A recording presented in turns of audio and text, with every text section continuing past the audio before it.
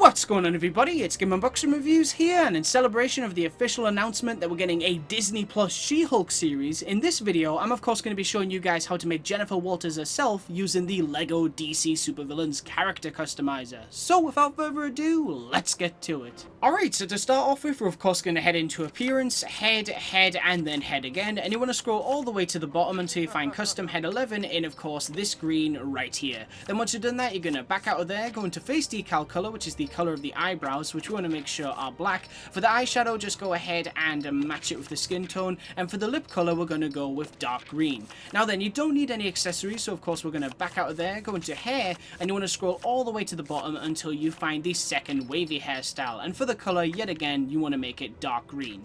Nice. Now then, onto the body. So for the body, you're going to go for preset body, and you want to scroll all the way to the very top until you find Huntress's body, and for the color we're going to go with purple.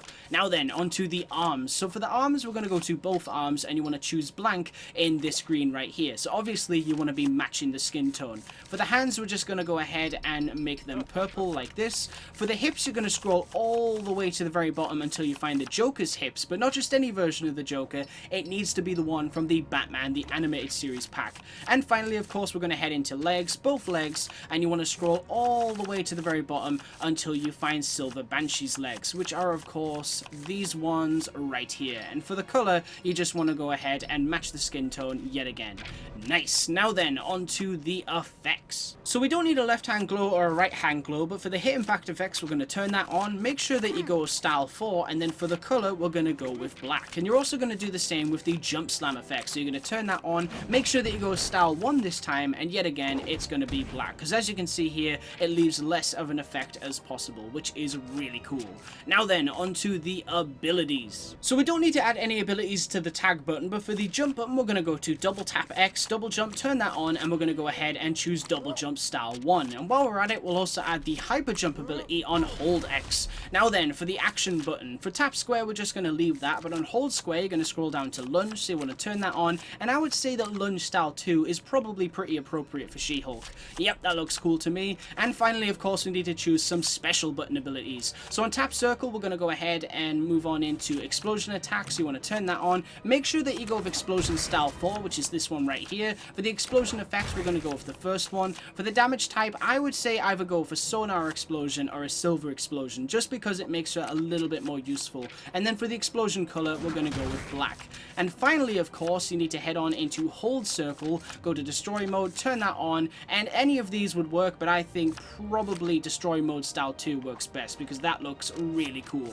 Nice. Now then, onto the skills. So we don't need a grapple, technology, mind control, but we will add acrobatics, wall climbing, super strength, smash walls, beam deflect, and hazard protection. Nice. Now then, onto the personality. So for the health icon, we're of course going to go ahead and choose green, and for the health type, I would say that this is probably up to you guys, because for standard health, that still makes a lot of sense, as She-Hulk isn't actually invincible. However, at the same time, of course, obviously she is an extremely strong character, and that's how you want to feel when you make someone like this. You want to feel unstoppable. So I would say that you're probably going to have the most fun if you choose invulnerable.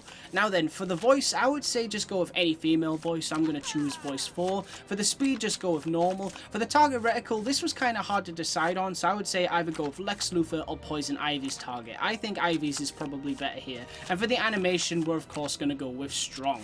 Nice. Alright, cool. So we've done the appearance, the personality, we don't need any weapons, we've done the abilities, so now what we need to do is fill in the basic information.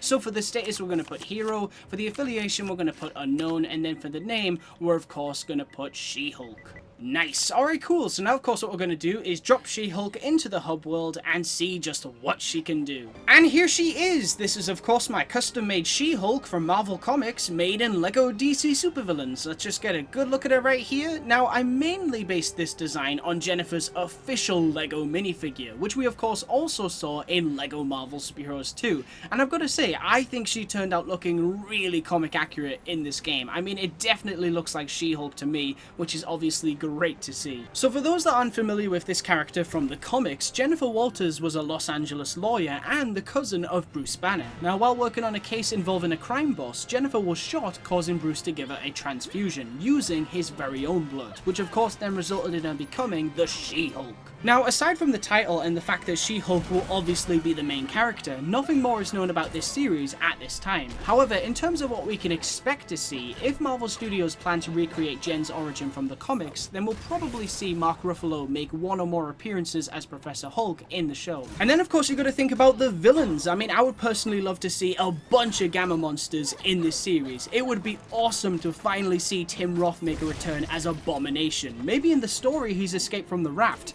And then you've got William Hurt reprising his role as General Ross. I think that would be really cool, especially if he became the Red Hulk. Now that would be amazing. Always wanted to see that character on the big screen. And this final one is a lot less likely, but imagine if they finally address the Samuel Stearns Incredible Hulk cliffhanger and bring Tim Blake Nelson back as the leader. Now that would be insane.